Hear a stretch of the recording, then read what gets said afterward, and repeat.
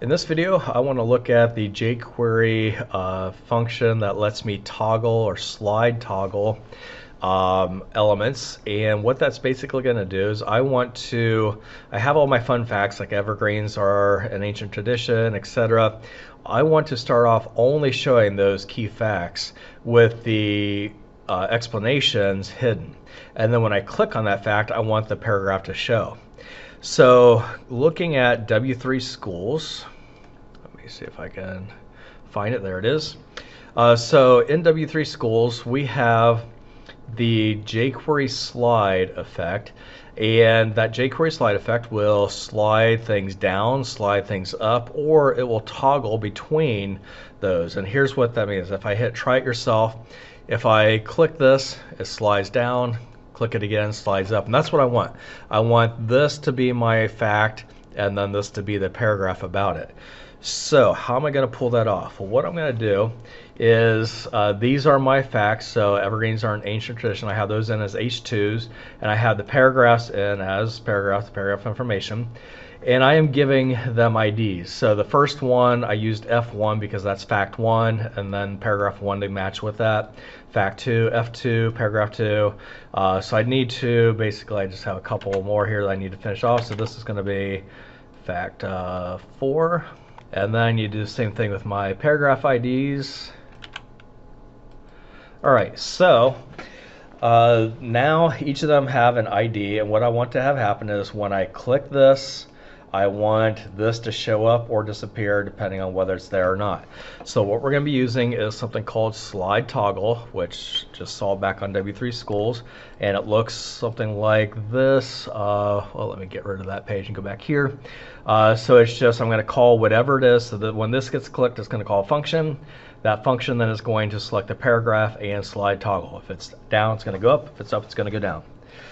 So I'm going to come down here to my script, create a selector for my first fact. So the selector once again is $. It's an ID. I used F1. When that gets clicked, so .click, I want it to run, let's call this like a function called toggle1. Toggle1 is what it's going to run. And let's go create that function. So function toggle1.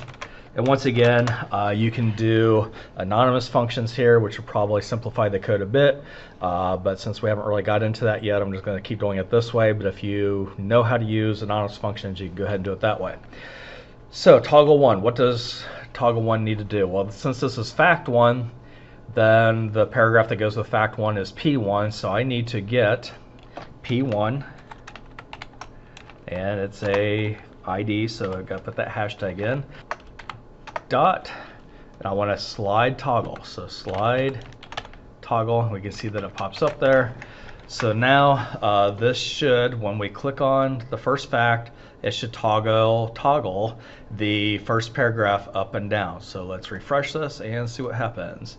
Click on the first fact, click it again, and there we go. We can see that toggles back and forth between being up and down.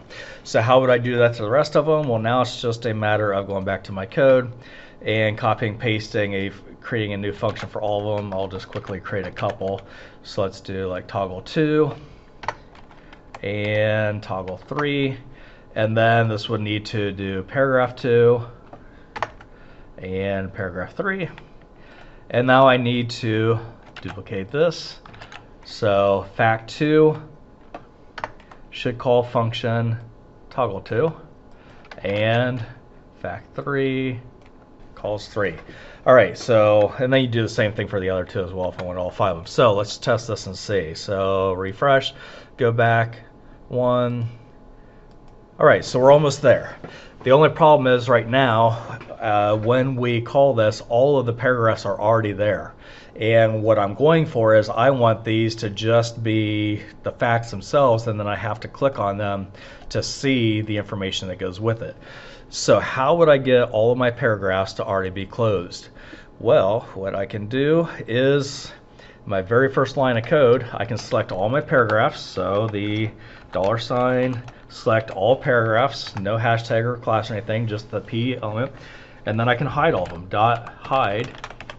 And that's going to hide all of my paragraphs to start with. So I'll refresh this, go back and look at it. All of them are hidden, and now if I want to see this information, there we go. I can click on those, I can click to close them, and now I have the effect that I'm going for. So my page is almost done.